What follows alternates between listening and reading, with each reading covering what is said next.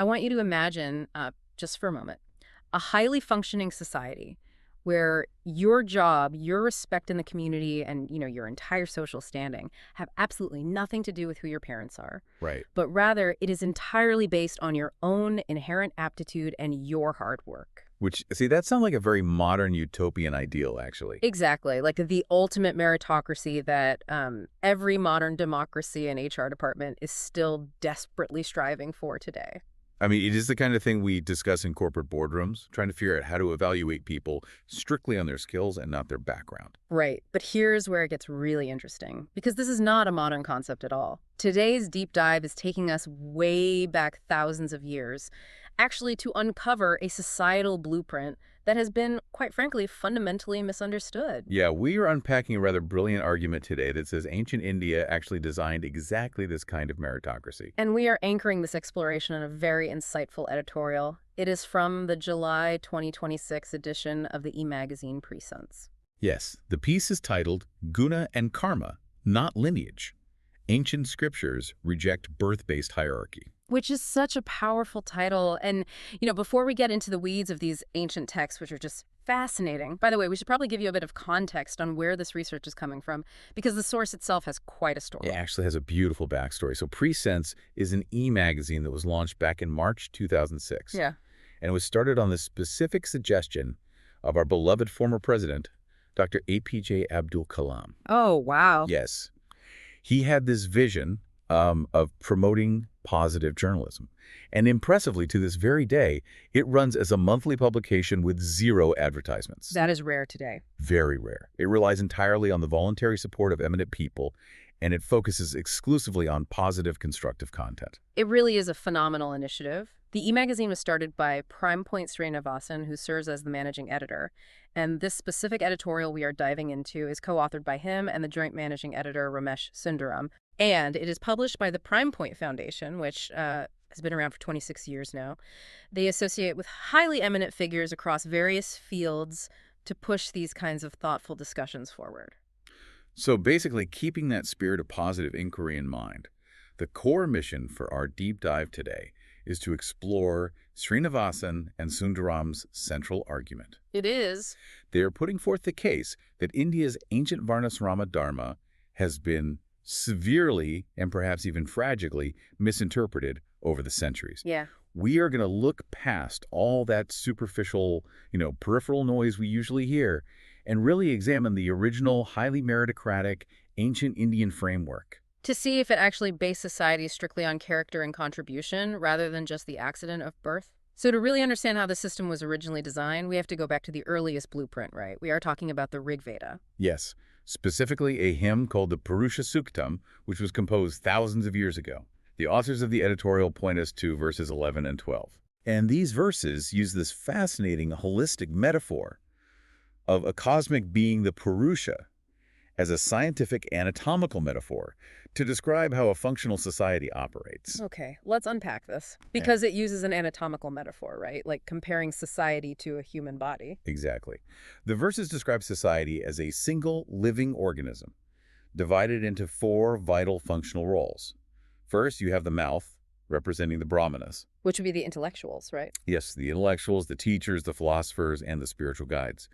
The mouth represents clarity of expression, the transmission of wisdom, and knowledge. Okay, that makes sense. Then you have the arms. Right, representing the Kshatriyas. These are the protectors, the administrators, the warriors.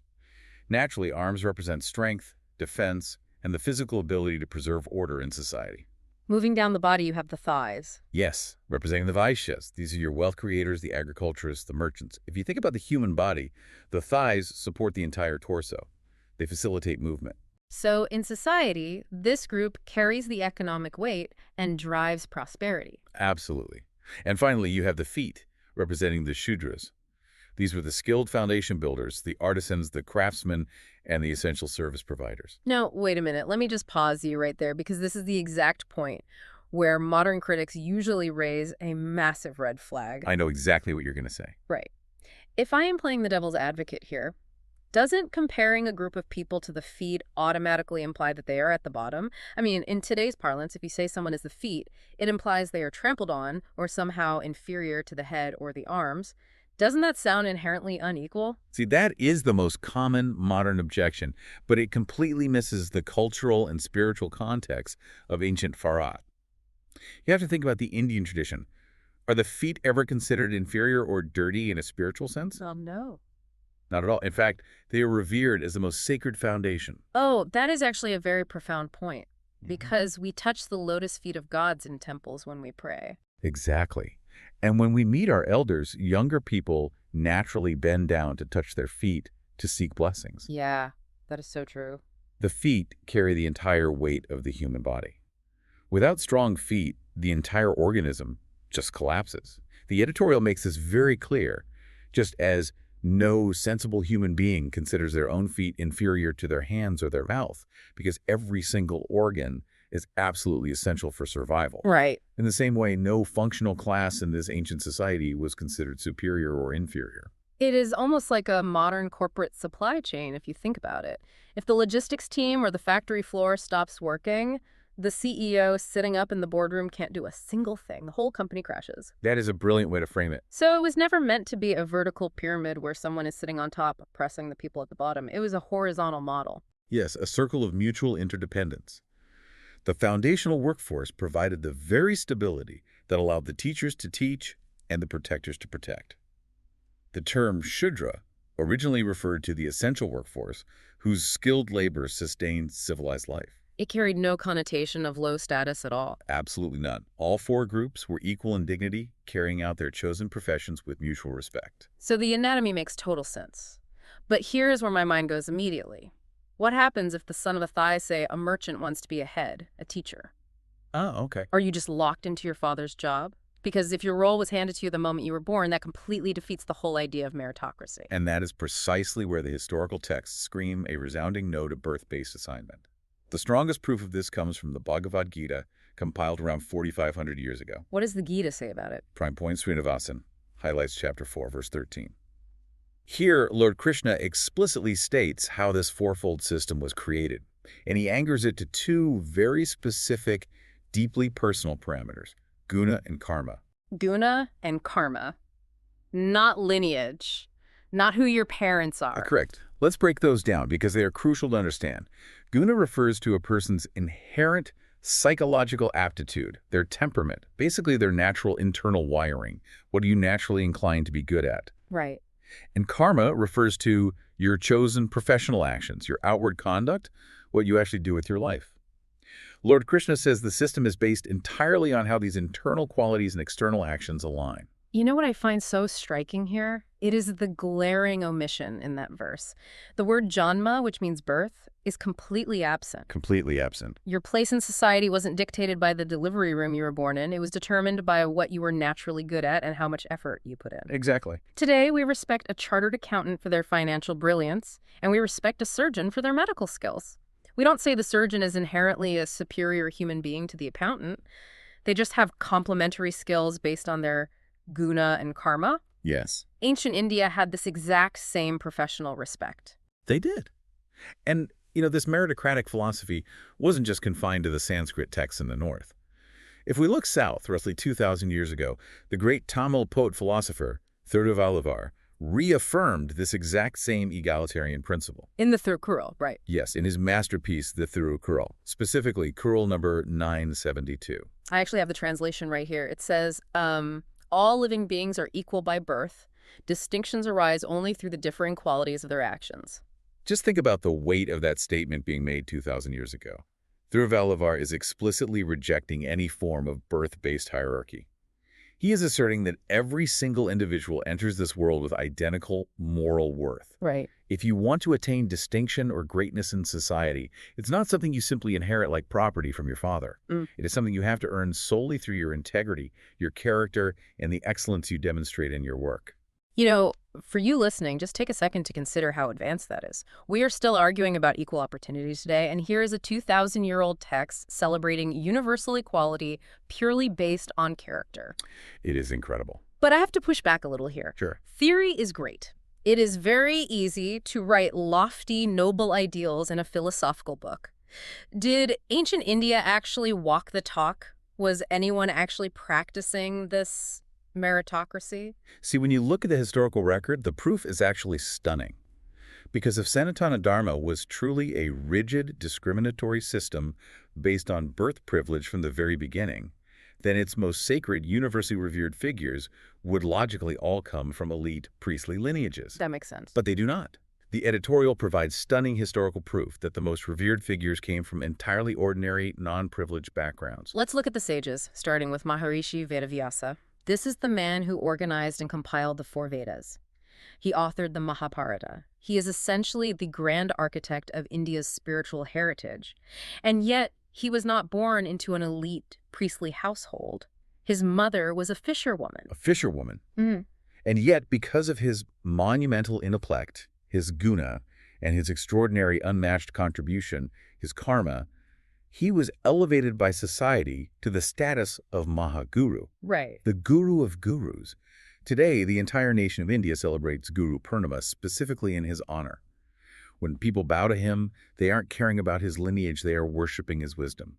And it is exactly the same story with Sage Valmiki. He wasn't born a scholar reciting scriptures. He was originally a hunter. Yes, a hunter. But through intense penance, incredible personal transformation, and literary brilliance, he became the Adi Kavi, the first poet who composed the timeless Ramayana. Exactly. And you can trace these examples all the way up to the supreme divinities themselves. Look at Lord Krishna. He belonged to the Yadav community, family of cowherds. Lord Rama was born a Kshatriya prince.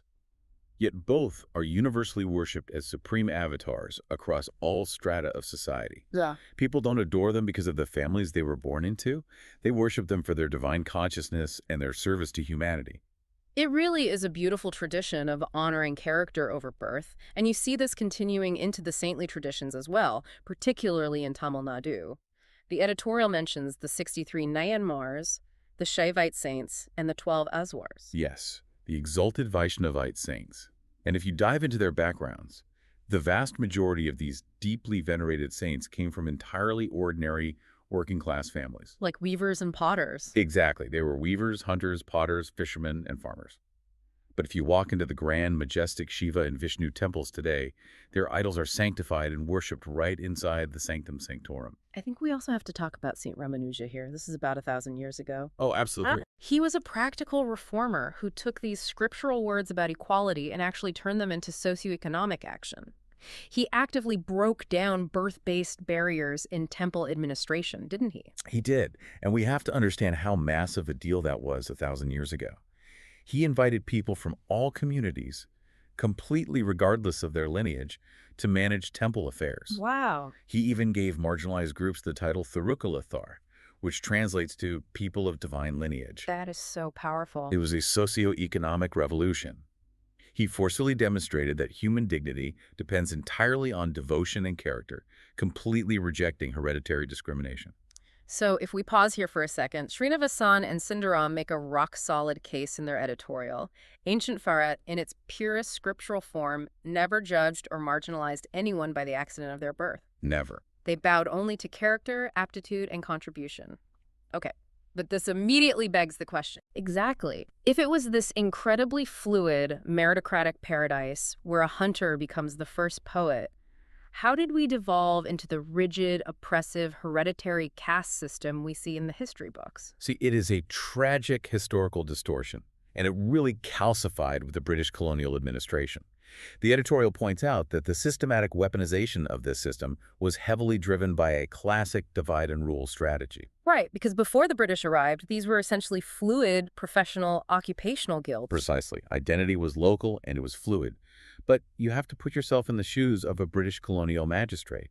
You are trying to consolidate administrative grip over a vast, culturally unified nation. You need a spreadsheet. You need to categorize people for the census. For taxes and control. Exactly. So they instituted these incredibly rigid census categorizations. Imagine being a metal worker, and suddenly a colonial officer writes your job down in a government ledger as your permanent legal identity. And the permanent identity of your children, too. Yes. They took these fluid professional guilds and literally froze them in time and law, intentionally converting them into unyielding, competitive socio-legal castes. By sowing those deep divisions along caste and religious lines, they successfully fractured Indian societal solidarity to maintain administrative control. It is a textbook colonial tactic. But wait, we can't just blame the British for everything, right? We have been an independent nation for decades now. That is very true, and the editorial makes a pretty bold claim about modern politics here. Yes, and just to be clear to you listening, we are impartially recording the views presented in the PreSense editorial here. Right, so Srinivasan and Sundaram argue that this colonial legacy didn't just vanish. They point out that today's political parties routinely misinterpret Varnasrama Dharma to intentionally develop hatred among communities. Wow, for what purpose? For political advantage, for vote bank politics. By intentionally framing the text to say they support hereditary caste, which we've just seen, they don't. The authors argue that politicians are keeping society divided purely for their own self-motive. And here's where it gets really interesting, just the sheer irony of it all. You see politicians constantly blaming ancient texts for creating hereditary birth-based privilege. But look at the reality today. Right. It is often the politicians whose family members automatically inherit power to rule. The father is an MP, so the son gets the ticket, the daughter becomes an MLA. Yes, it is a very sharp irony. That kind of rigid, hereditary entitlement certainly isn't coming from the Bhagavad Gita. It is just modern self-interest. Absolutely. And to further validate that the ancient system was fluid and not a rigid pyramid, the expert editorial brings in the seminal research of Dr. B.R. Ambedkar. And Dr. Ambedkar is the chief architect of the Indian Constitution, so his historical analysis carries immense weight. What did he find when he dug into the classical texts? Well, he famously opposed the entrenched caste system of his time precisely because it trapped people by birth. But in his research book, Who Were the Shudras?, he made a fascinating discovery about the ancient times. What was it? He proved that in ancient times, Shudras actually wielded supreme sovereign power. Wait, really? Yes. He highlighted a specific historical example, King Pajavana. He was a Shudra monarch. And Dr. Ambedkar highlighted that King Pajavana conducted great Vedic sacrifices and even employed learned Brahmins as his court priests and ministers. Let that sink in for a second. A Shudra king employing Brahmins as his ministers. That totally shatters the modern narrative of a strict, oppressive vertical hierarchy. It absolutely shatters it. Dr. Ambedkar concluded that the early social status was determined entirely by capability, administrative merit, and character. The rigid caste system we see later was a corrupted departure from the original texts, not a product of them. So as we pull all these threads together, what an eye-opening journey this has been through the PreSense editorial today.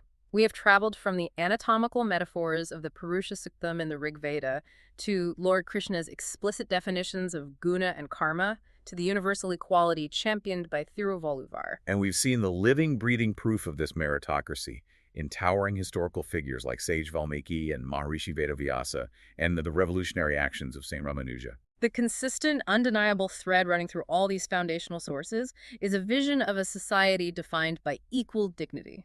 A society where respect is earned by your actions, never simply handed to you because of your lineage. It is a profound realization that ancient India never discriminated against people over caste or religion. It was designed to foster mutual interdependence. But it was later tragically distorted by colonial spreadsheets and modern vote bank politics. Yes, and I think it is really important to remember the ultimate goal of these ancient philosophies. The editorial concludes with a beautiful Sanskrit mantra that proves Sanatana Dharma never sanctioned exclusion or hatred. Which mantra is that? Sarve Jano Sukhino Bhavantu. Sarve Jano Sukhino Bhavantu. May all people everywhere be happy and prosperous. Exactly. It doesn't pray for a select few elite families. It prays for the well-being and prosperity of the entire societal body. To see how a system designed for pure meritocracy was twisted over time, but how the original truth still lives vibrantly in the texts. It really reframes how we look at history. Which leaves me with one final thought for you, our listener, to mull over as you go about your day. What is that? We started this whole conversation by imagining a utopian society where your respect and your role are based entirely on your inherent aptitude and your actions. We now know that thousands of years ago, ancient Indian society not only conceptualized this framework, but actually practiced it. Right. So here's the question. If an ancient civilization could design a societal blueprint so deeply rooted in actual character and contribution, what would it take for our massive, tech-driven, supposedly progressive global institutions today to stop relying on legacy and actually achieve that same level of true, pure meritocracy?